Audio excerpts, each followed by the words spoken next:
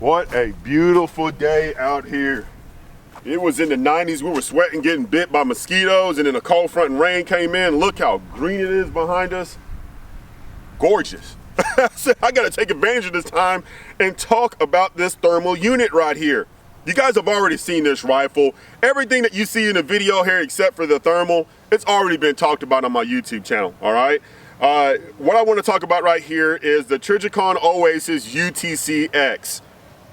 Guys, this is a heavy hitter in the thermal industry and also a heavy hitter on your bank account. This is $23,000. This is the most expensive thermal I've ever used and hunted with. It is absolutely amazing. And it's worth $23,000.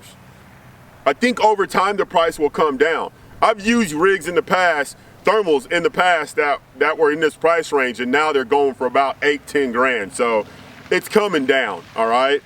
I just want to walk you guys through some things, man, and just share the content with you.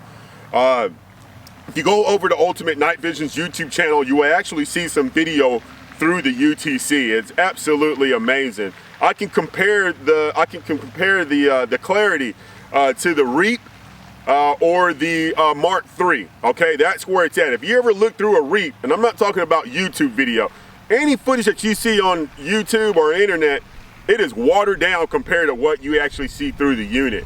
The Reap and the Mark III are in the top 5 when it comes to clarity. Okay, the Halo LR50 is another one.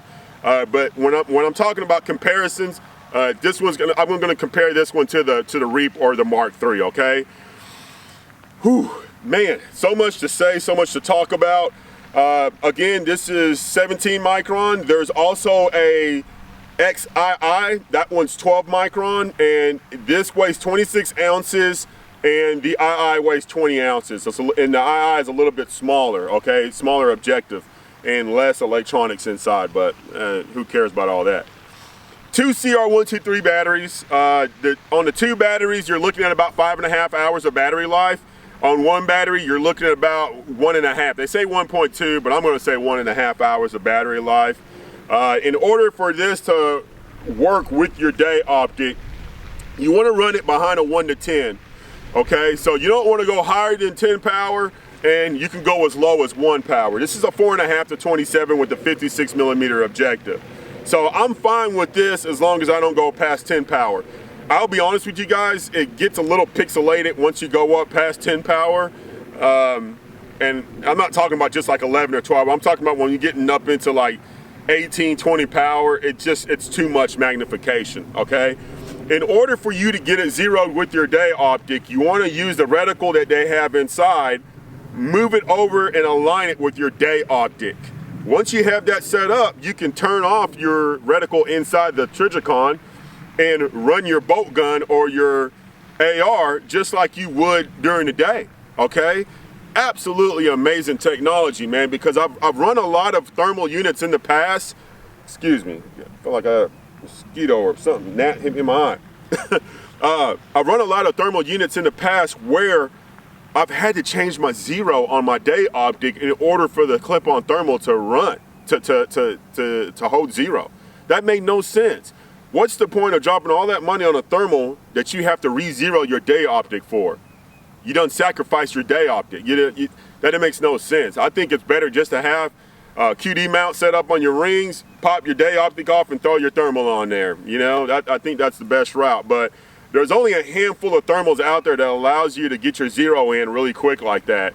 And I want to say the slightest shift that you might have is 0.5 MOA. I want to say that's what I was told, 0.5 MOA shift on the high side. You also have the LWTS out there, and you have the CNVDT clip-on. So those 3 clip-ons are my favorite when it comes to quality and getting the job done. But they're expensive. None of them are cheap. They're very, very expensive. And I get people asking questions all the time. Hey man, you know, I'm looking at getting a clip-on thermal and I want to run it in front of my day optic. And I'm like, well, what's your budget like? They spit out a number and I'm like, you probably just want to get a weapon mounted thermal.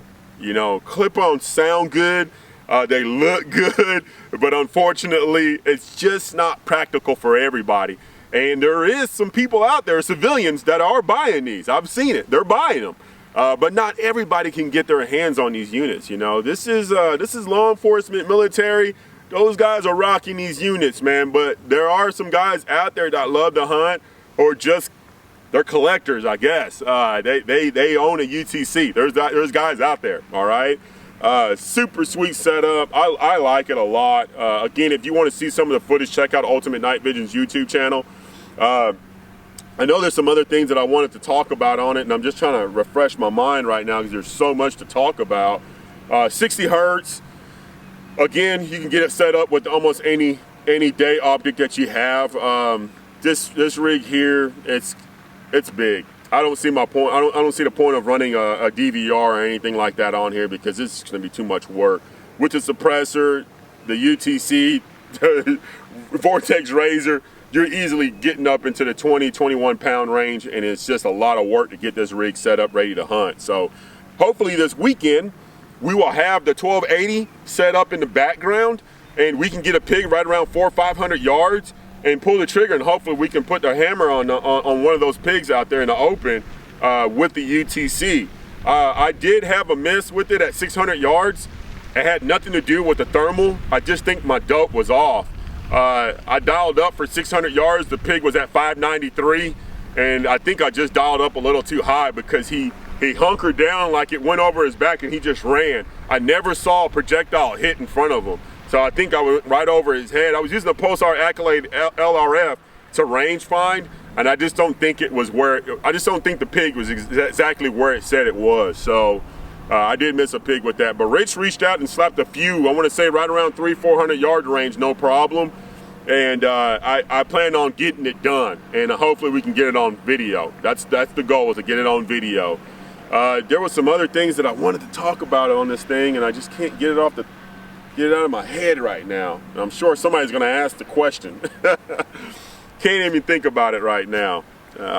Whatever. I just wanted to share it with you guys, all right? If you guys like what you see, please hit the like button, get the subs going, get the notifications going, and hopefully we can get a kill with this setup on video, and I can share it with you guys later. I appreciate all the support, guys.